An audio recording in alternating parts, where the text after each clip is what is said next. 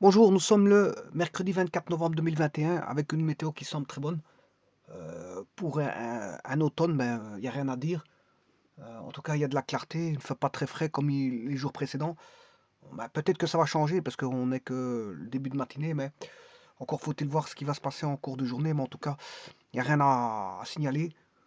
C'est un très bon temps qui pourrait prévaloir pour la journée, mais comme la météo est toujours indécise, on a des temps variables, bon, on ne sait pas dire ce qui va se passer en cours de journée. Je vous présente ici un petit problème. On demande quel est le poids d'une boîte de conserve de 0,5 litres. Quel est le poids d'une boîte de conserve bon, qui a une contenance de 0,5 litres, c'est un volume, ne peut dépasser pour éviter de couler. On demande tout simplement ça. Donc ce qui veut dire que on a un objet, on a un corps qui est une boîte de conserve. Cette boîte de conserve est placée dans de l'eau. Enfin, de l'eau.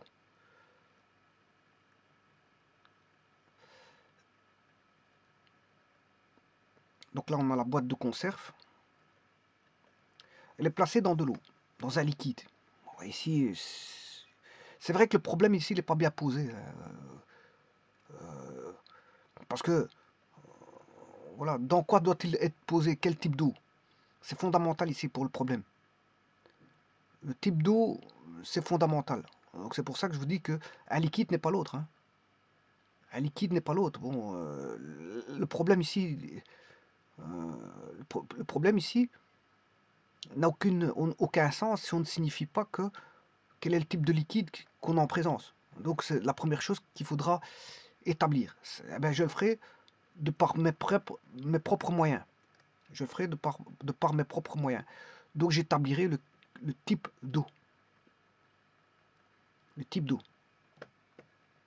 Parce qu'il va de ça que vous aurez compris que c'est une interaction entre une boîte de conserve et de l'eau. On a des forces, bien sûr, de gravitation. Voilà, force de gravitation. Mais on a aussi des forces de la pression.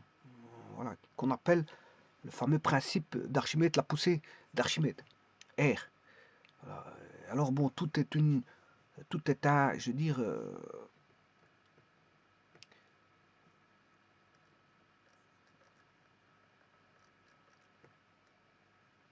tout est basé sur y a-t-il équilibre ou pas. Et s'il n'y a pas équilibre, il y a deux cas de figure.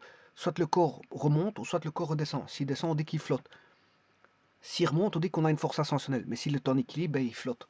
Le corps flotte dans l'eau. Alors, ce qui est intéressant de voir ici, c'est que, bon, bien sûr, ne pas préciser le type d'eau, mais je le ferai de par mes propres moyens. Je vous dirai quel type d'eau il s'agit. Mais c'est surtout qu'il faut voir, s'il faut ressentir les choses, un petit peu comme Archimède l'a ressenti, parce qu'il n'avait pas de grands moyens, il avait quelques voilà, outils de base élaborés de cette époque. Bon, il n'avait pas de balance de Westphal, ni de balance de Galilée. En tout cas, ils avaient matériel de leur époque. Et ils pouvaient établir s'il y avait équilibre et dire qu'il bon, y avait une interaction qui se faisait plus dans un sens que de l'autre si il n'y avait pas d'équilibre. Donc ils se basaient sur des notions d'équilibre et donc de mesure de masse, parce qu'ils savaient mesurer les masses. Les masses, ils savaient les mesurer.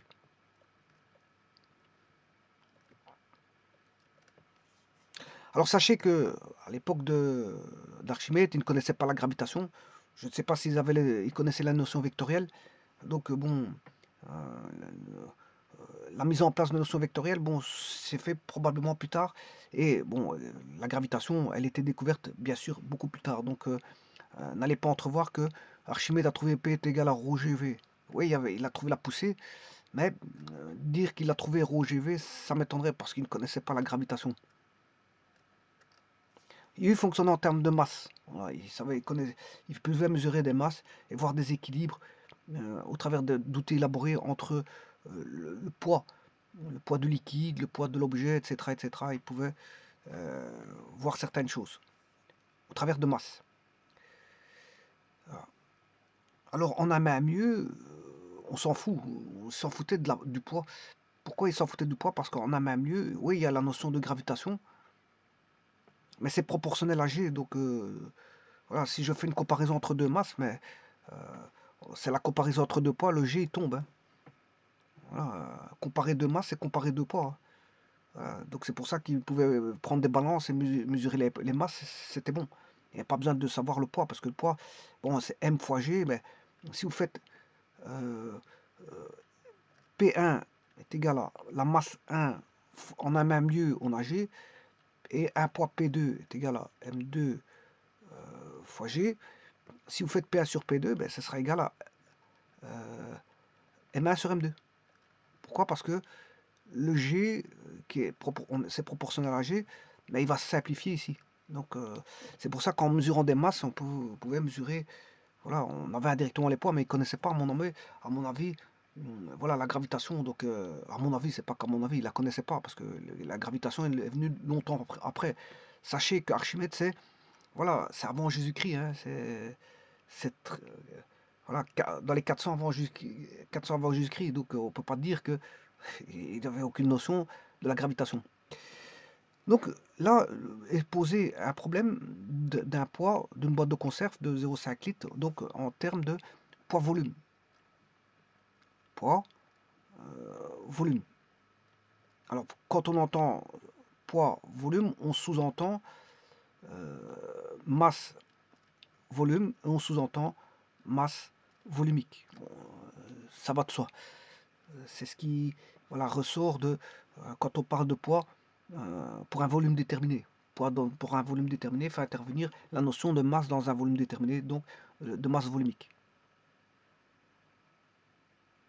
Donc, un objet va couler dans certaines conditions.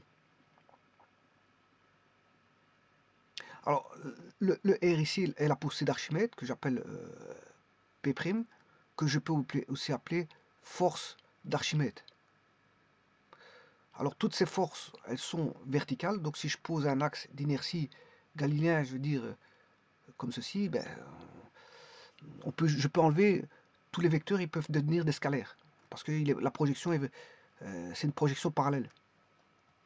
Voilà, tout est projeté parallèlement par rapport aux axes. Donc, il n'y a pas de cosinus qui intervient, il n'y a pas d'angle, rien de tout ça. Bon, donc, le vecteur R, on peut avoir directement son scalaire R, P' et FA. Alors, vous savez très bien que la poussée, P', ou FA ou R, mais c'est en module ρ, G, V, où ρ c'est le rho du fluide, V c'est le volume de fluide déplacé, donc c'est le volume ici du contenu, voilà, de la boîte de conserve. C'est le volume de la boîte de conserve. Voilà. On suppose que bon, voilà, il flotte comme ceci.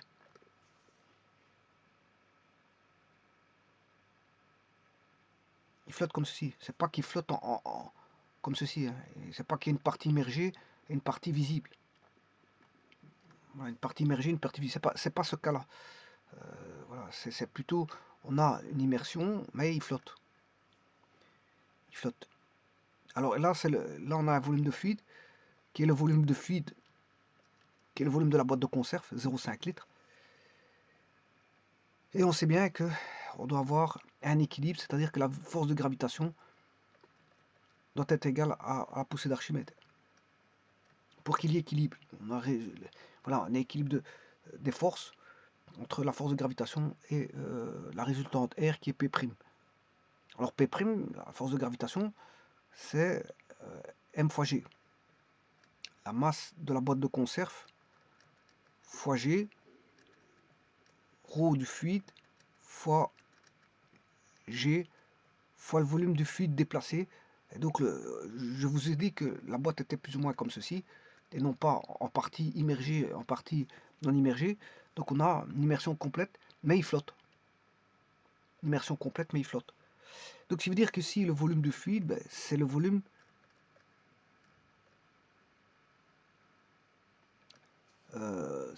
de la boîte de conserve. Le fluide déplacé, c'est le volume de la boîte de conserve. Alors maintenant, comme il y a égalité, bon ici, on peut simplifier le G. On ne se soucie pas de la gravitation ici parce que ça se simplifie au niveau quand il y a équilibre. Et donc, le ρ, ben, il dépend du fluide. Ça dépend du fluide. Donc vous voyez bien ce que je vous avais dit tout à l'heure.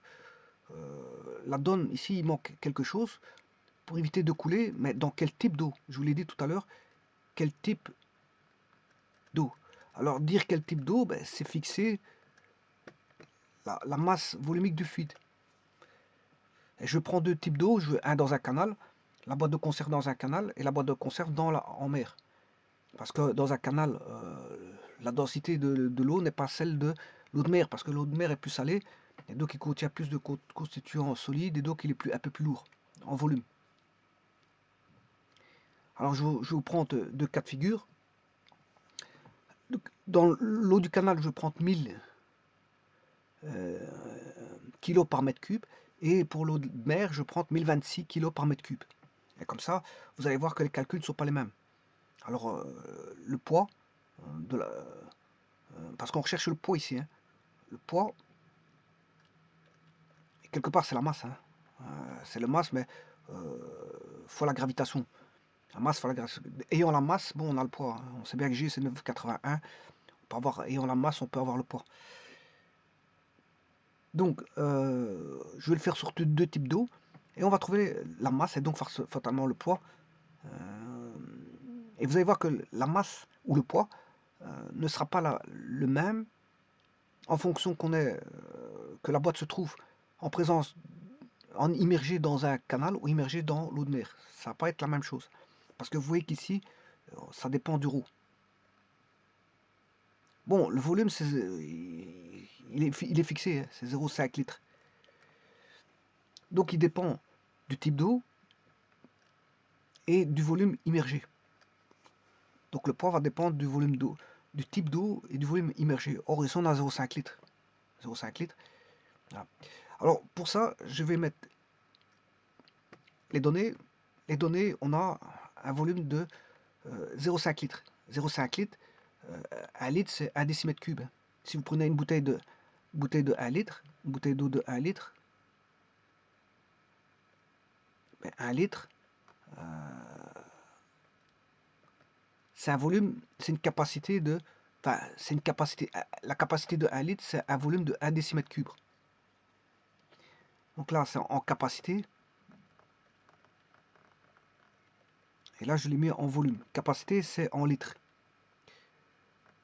Là, maintenant, il est en volume. 1 litre, c'est 1 décimètre cube. Donc ici, comme il y a un demi-litre, il y a un demi-décimètre cube. Mais comme je dois utiliser le système MKSA, mètre kilogramme seconde ampère, ou MKS si vous voulez, hein, MKS, parce que ampère c'est en électricité, donc ici mètre kilogramme seconde, c'est plutôt des usages mécaniques, etc., de physique, des usages de physique. Par contre, l'ampère c'est électricité, comme on n'est pas en électricité ici, je vais utiliser le système MKS plutôt que le MKSA. Je vais abandonner le A parce qu'on n'utilise pas d'ampère ici. Donc c'est mètre kilogramme seconde. Donc si c'est le mètre, tout ce qui est volume, ce sera en mètres cubes. Alors pour passer de 0,5 décimètre cube, alors vous faites soit les abacs, si vous n'êtes pas habitué avec les puissances, mais 1 mètre cube, 1 décimètre cube, en comparaison à 1 mètre cube, c'est 10-3 mètres cubes. Alors si vous n'êtes pas habitué comme ceci, vous mettez la bac. Voilà, ce sont les mètres cubes.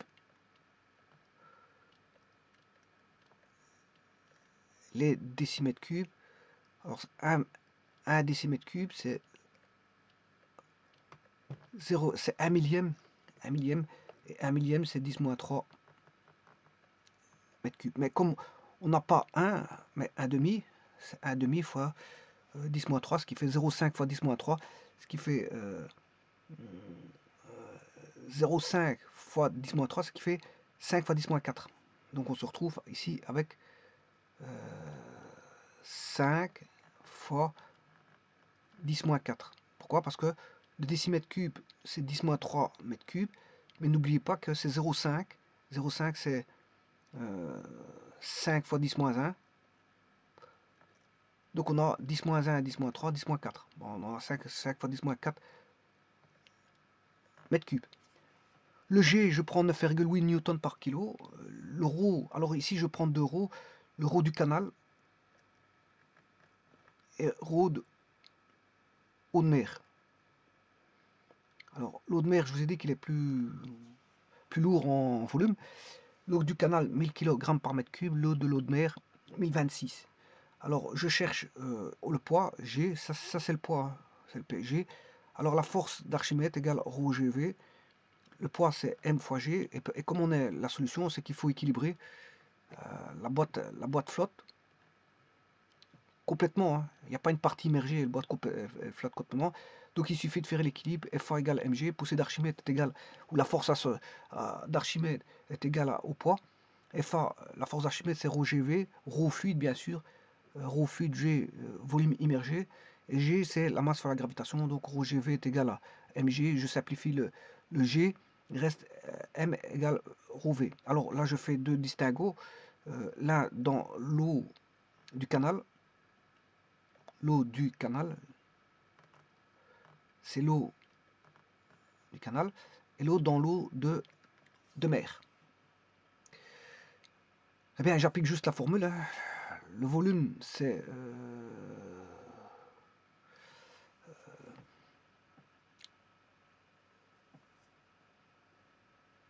alors ici j'ai bien mis 1000 kg par mètre cube, et là 1026 kg par mètre cube. Et je dois multiplier par 0,05 fois 10-4. Bon, ici je l'ai mal écrit. Hein. Je l'écris autrement.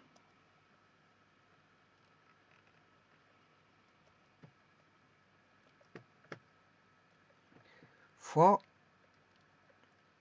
5 fois 10-4. Alors 10 exposant 3 fois 10-4, c'est 10-1. 5 fois 10-1, c'est 0,5. Donc ce qui fait en unité MKS, mètre kilogramme seconde, 0,5 kg. Alors on demandait le poids. Le poids, voilà, on demande le poids ici, et pas la masse. Donc c'est M fois G, je fais fois 9,8. Fois 9,05 fois 9,8, ben ça fait 4,9 newtons. Et dans l'eau de mer, je fais 1026 fois 5 fois 10-4. Je fais les mêmes calculs. Hein. Simplement, le ρ n'est pas le même. 5 fois 10 moins 4, on trouve 0,500 c'est un peu plus. Hein. Alors là, ici, c'est 0,5, c'est 0,500. 0,500 kg. Et là, c'est 0,513 kg. Et le poids, il y en a un qui fait 4,9 et l'autre 5,274. 5,0274. Bon, conclusion. L'eau du canal a moins de poids, a besoin de moins de poids pour flotter dans une eau moins dense.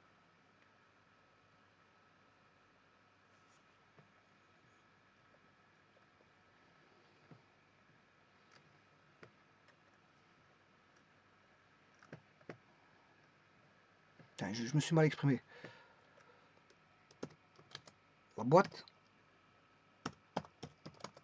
nécessite moins de poids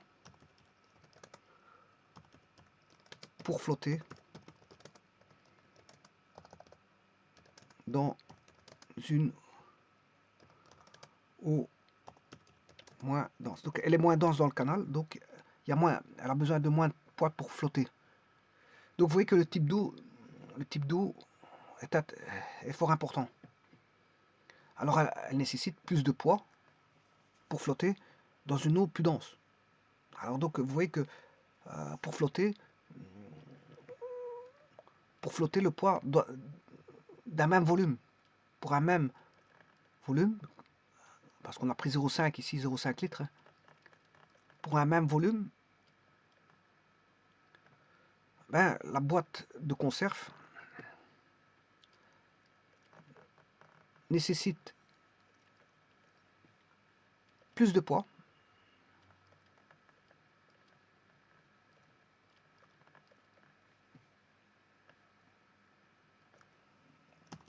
pour flotter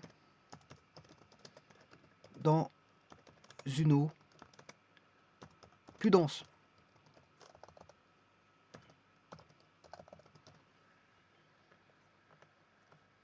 Donc, pour un même volume,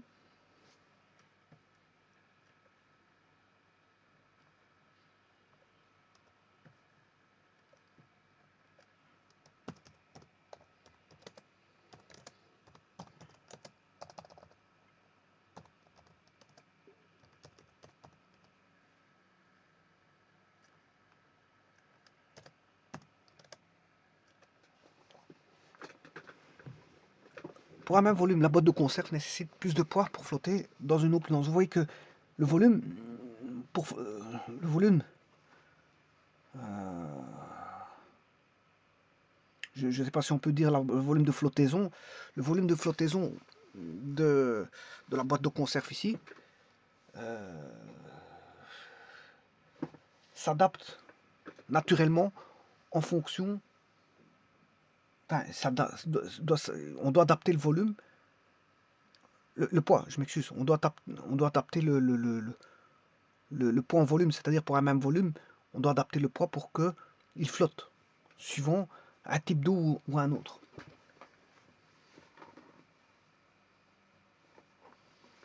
Parce que vous voyez qu'il dépend de la masse volumique du fluide. Hein. Il dépend que de la masse volumique du fluide. Flotter ne dépend pas que du poids. Oui, le poids est relié à la masse volumique du fluide. Donc, si la masse volumique du fluide, ben, il va adapter, le poids devra s'adapter à la masse volumique du fluide pour pouvoir flotter. On va dire ça comme ça.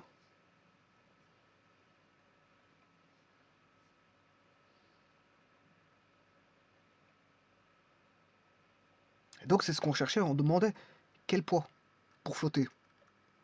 Mais quel poids pour flotter? Pour un volume donné, bien sûr, de 0,5 litres. Quel poids pour flotter? Mais ça dépend du type d'eau. Ça dépend du type d'eau parce que ça dépend de la masse volumique du fluide.